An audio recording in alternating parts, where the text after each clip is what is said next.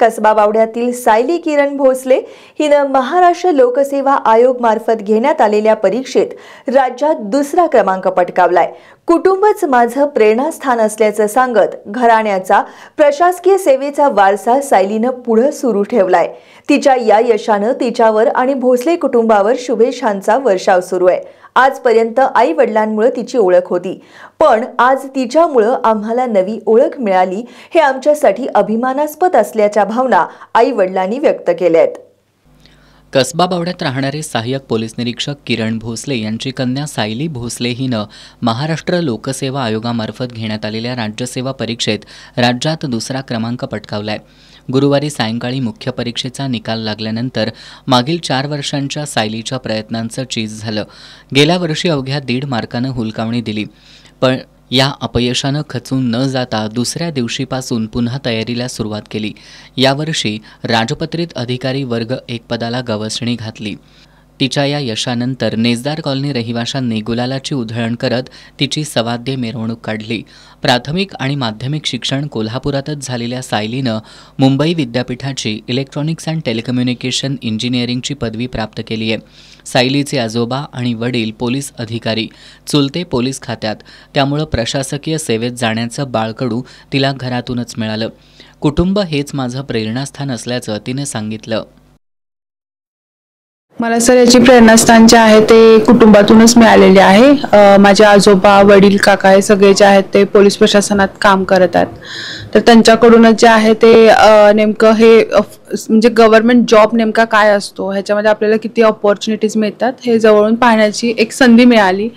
आणि त्यांच्याकडून जे काही मी त्यांचे अनुभव ऐकायचे की आपण ज्यावेळी काम करतो आणि त्याच्यातून आपल्याला रिटर्नमध्ये जे लोकांकडून जे काही आशीर्वाद मिळतो असेल तर ह्याच्यातून जे जॉब सॅटिस्फॅक्शन मिळतं, ह्या सगळ्या गोष्टी मला अनुभवायला मिळाल्या आणि ह्याच्यातूनच माझं ठरलेलं होतं की मला हे जे कॉम्पिटिटिव्ह एक्झाम्स आहेत याची प्रिपरेशन करायची आहे।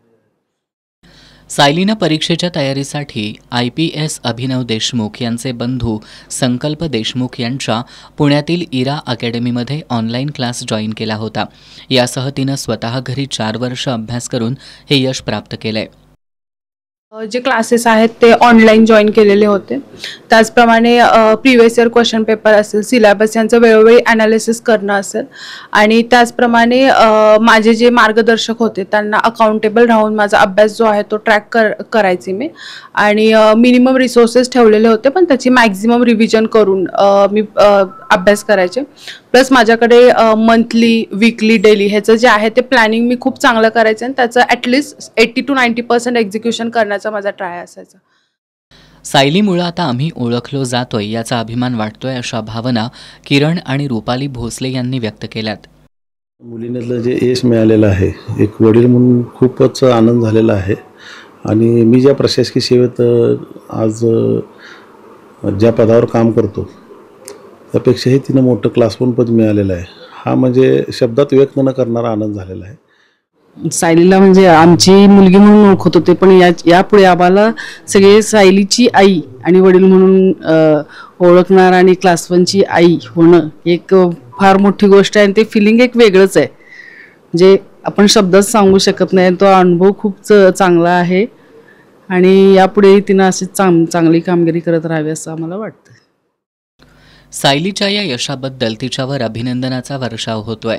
कसबा बावड्यासह शहरात तिच्या अभिनंदनाचे फलक झळकलेत, पण सायली या यशावर समाधानी नाही। आपण आता केंद्रीय लोकसेवा आयोगाच्या परीक्षेची तयारी करणार असल्याचं सांगितलंय। सायलीनं स्पर्धा परीक्षांकडे वळणाऱ्या विद्यार्थ्यांनी इतरांचं यश बघून प्रभावित होण्याऐवजी स्वतःमधील क्षमता ओळखाव्यात असं आवाहन केलंय। पहिल्यांदा ज्यावेळी आपण ह्या क्षेत्रामध्ये एंटर करतो तर त्याच्याबद्दल तुम्हाला पूर्णपणे माहिती असणं गरजेचं आहे की याच्यामध्ये एक्झाम नेमकी काय असते, त्याचे रिक्वायरमेंट काय आहेत, याचा सक्सेस रेशो काय आहे, हे तुम्हाला रियालिटी जी आहे त्याची तुम्हाला जाणीव असली पाहिजे। आणि याच्यामध्ये तुम्ही जेव्हा एंटर करता त्यावेळी तुमचं इंटरनल मोटिवेशन स्ट्रॉंग असणं महत्त्वाचं आहे। फक्त तुम्ही एखादा ऑफिसरचं भाषण ऐकताय किंवा ते मिरवणूक बघताय, याच्यापेक्षा तुमचं स्वतःचं का तुम्हाला ऑफिसर बनायचं आहे ह्या गोष्टी जर तुमच्या डोक्यामध्ये क्लॅरिटी असतील तर मला असं वाटतं की ही जर्नी थोडीशी खडतर आहे, थोडासा प्रवास हा मोठा आहे, अवघड आहे, पण जर तुम्ही कन्सिस्टंट आणि प्रामाणिक एफर्ट्स घेतले तर अचीव करू शकता. फक्त तुम्हाला एक चांगला मार्गदर्शक असणं आणि तुमचं वेळोवेळी त्यांच्याकडून तुमचे जे काही मिस्टेक्स असतील ते तुम्ही जाणून घेणं हे मला वाटतं की सर्वात महत्त्वाचं आहे. जिद्द, चिकाटी, प्रामाणिक प्रयत्न असतील तर यशापासून तुम्हाला कुणीही रोखू शकत नाही, हेच सायलीनं सिद्ध करून दाखवलंय. तिचं हे यश अनेकांना प्रेरणा देऊन गेलंय. राज्य लोकसेवा आयोगाच्या परीक्षेतील यशानं हुरळून न जाता सायली यापेक्षा मोठं यश मिळवण्यासाठी सज्ज झाली आहे.